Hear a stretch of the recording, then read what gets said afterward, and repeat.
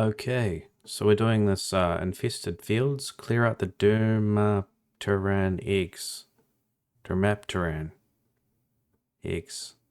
Uh, this is not it.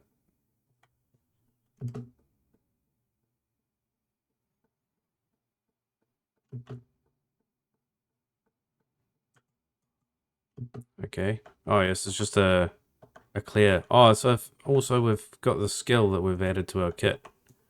So the idea is we go. This isn't a very good example, but we go. So we launch in and we drop our AOE. So it's sort of like we've turned into a very aggressive frontliner. So just like 1-2 combos.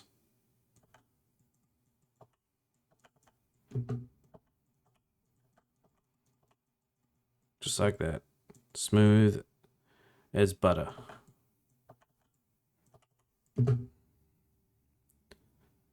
Oh yeah, there's a few more. Elmsworth Farm.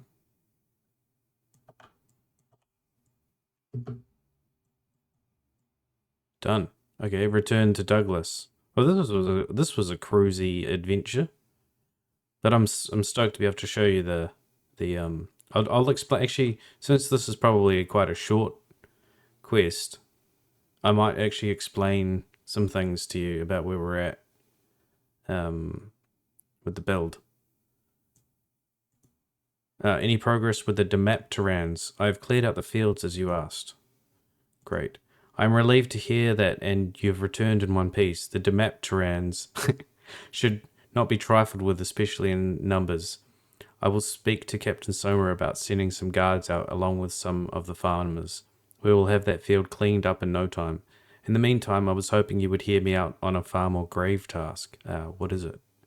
The Demapterans hives are cyclical in nature. Every 7 years or so, they birth a new queen, which promptly proliferates their numbers and causes them to explode across the countryside. In the past, we would rally together and exterminate the queen while she was still young, but after the grim dawn, the Demapterans were allowed to thrive, and their queen has molted into a massive creature that spawns new Demapterans by the dozens every day. She has to be destroyed, otherwise the insects will eventually run out of food and attack us in force. The queen is always guarded by 2 of her grand viziers, so you would have to acquire their pheromone glands to even enter her chamber.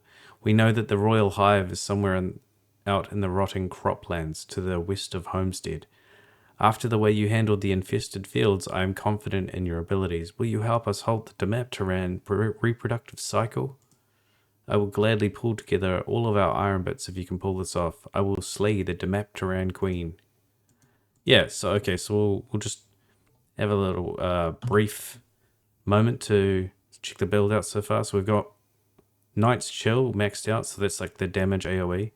And we got 1 point in Shadow Strike and 1 point in Veil of Shadow. That's just to get this AoE and dash combo. We're going to start going along here and getting all the stats.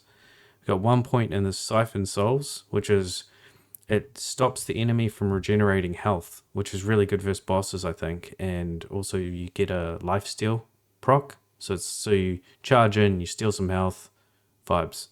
We're maxed out on Harboring of Souls with a tip the scales. So we get like every time they hit us, they get damaged, and it's vitality damage, which is what we're all about. And then we also take that.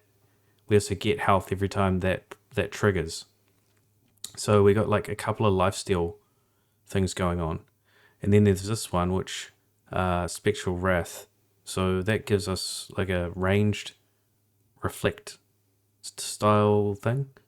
So we can like everything that attacks us from a distance gets procced with this and it gets hit. So this also reduces vitality resistance, and this reduces vitality resistance. So we're really specced out on vitality damage, healing us with beast mode health bars, and just like essentially Auramancer vampire style or something. Just like get health beast mode. Anyway, so that's that episode. Hope to see you in Culling the Swarm, where we get some pheromone glands. Sounds great. See you there.